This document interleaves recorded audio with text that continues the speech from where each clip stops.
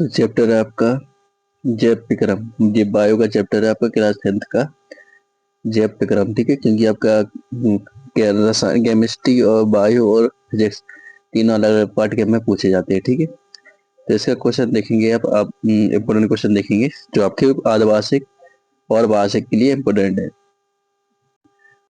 तो क्वेश्चन है आपका पहला इम्पोर्टेंट क्वेश्चन कि जीवन के अनुरक्षण के लिए, ठीक है, किन किन विक्रमों को आवश्यक मानेंगे। ठीक है, जीवन के लिए क्या क्या चीज आपको आवश्यक है। तो जीवन के अनुरक्षण के लिए सभी जैव क्रियाएं आवश्यक होती हैं, जैसे पोषण, श्वसन, परिवहन, उत्सर्जन, वृद्धि। ये सब चीजें क्या होती है आपकी जीवन के अनुरक्षण के लिए आवश्यक है। ठीक है, अब देखेंगे नेक्स्ट क्वेश्चन आपका स्वयंपोषी और विषमपोषी अंतर। ये क्वेश्चन पूछा जाता है, इंपॉर्टेंट है काफी। ठीक है, सारे इंपॉर्टेंट क्वेश्चन दिख रहे हैं। ठीक है, तो क्वेश्चन है आपका स्वयंपोषी और विषमपोषी में अंतर। ठीक है, तो यहाँ पे क्या दिखते हैं, क्वेश्चन है आपका स्वयंपोषी ऑटोट्रोफिक न्यूट्रिशन। ठीक है, क्या होता है इसमें, थोड़ा जूम करते हैं अगर समझ में नहीं आएगा आपको तो।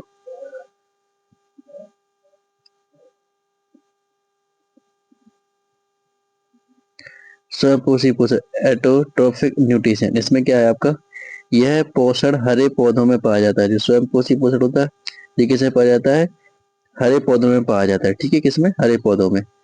ये आपका पाया जाता है हरे पौधे में। ठीक है, स्वयंपोषी ये पौधा हरे पौधे में पाया जाता है।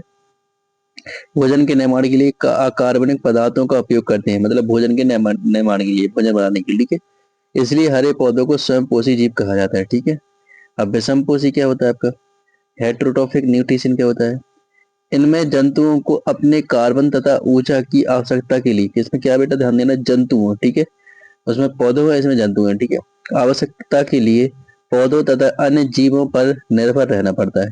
आपको बताया जो जीव जंतु होते हैं वो खाना तो बनाते नहीं है, वो क्या होता है, दूसरे जीवों में निर्भर रहते हैं। उदाहरण के लिए शाकाहारी, मांसाहारी, मितजीवी। ठीक है, शाकाहारी शाखा पे निर्भर होते हैं, मांसाहारी मांस पे, ठीक है, मितजीवी और बाकी।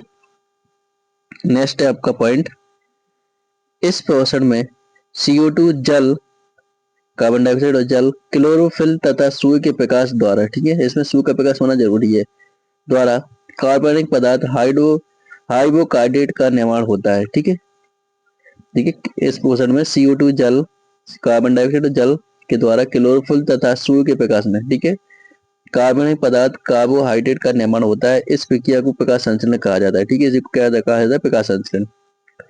नेक्स्ट है आपका विषमपोषी पोषण। विषमपोषी पोषण में यह प्रक्रिया नहीं होती, मतलब प्रकाश संश्लेषण की प्रक्रिया नहीं होती, इसमें होती है समपोषी में। ठीक है, अब है आपका यह है स्वयंपोषी में, यह पोषण हरे पौधों तथा साइनोबैक्टीरिया नीले हरे शैवाल में होता है। किस मतलब यह पोषण हरे पौधों, जो हरे पौधे होते हैं, और साइनोबैक्टीरिया मतलब नीले हरे शैवाल में भी होता है। ठीक है, और विषमपोषी यह पोषण प्रायः सभी जंतुओं, मानव, परजीवी, कवक आदि सब में होता है। ठीक, तो यह पोषण प्रायः सभी जंतुओं, मानव, परजीवी, कवक आदि में होता है। ठीक है, इसमें मानव भी आते हैं विषमपोषी में, क्योंकि बस अपन लोग क्या करते हैं, खाना बनाते हैं। ठीक है, और दूसरे से निर्भर रहते हैं, दूसरे से क्या करते हैं, निर्भर रहते हैं। ठीक है, स्वयंपोषी में खुद ही से लेते हैं सब कुछ। ठीक है, विषमपोषी में अपन दूसरों से लेते हैं। ठीक है, जंतुओं, मानव, परजीवी, कवक। ठीक है बेटा, नेक्स्ट क्वेश्चन देखते हैं।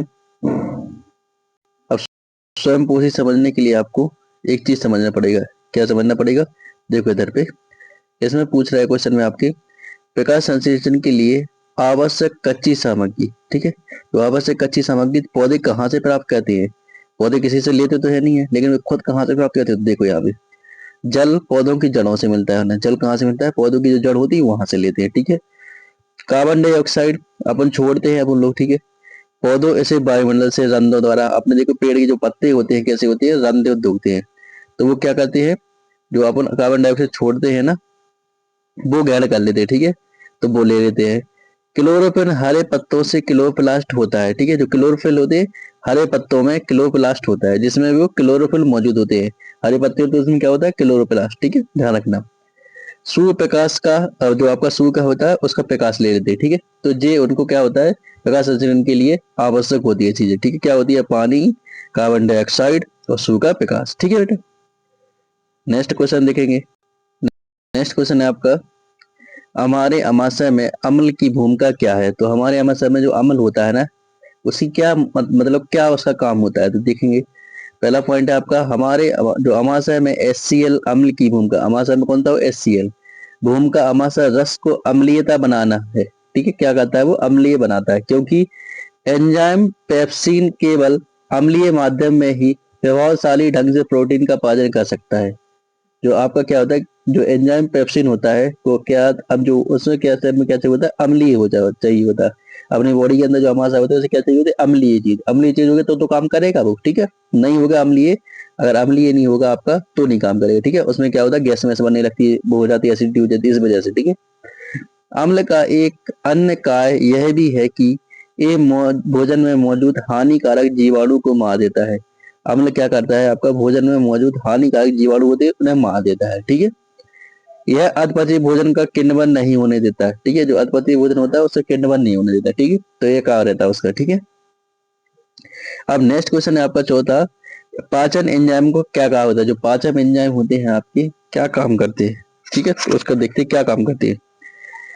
पाचन एंजाइम अघुलनशील जटिल अकार्बनिक अणुओं को, मतलब जो अघुलनशील होते हैं, घुलते नहीं आसानी से, ठीक है।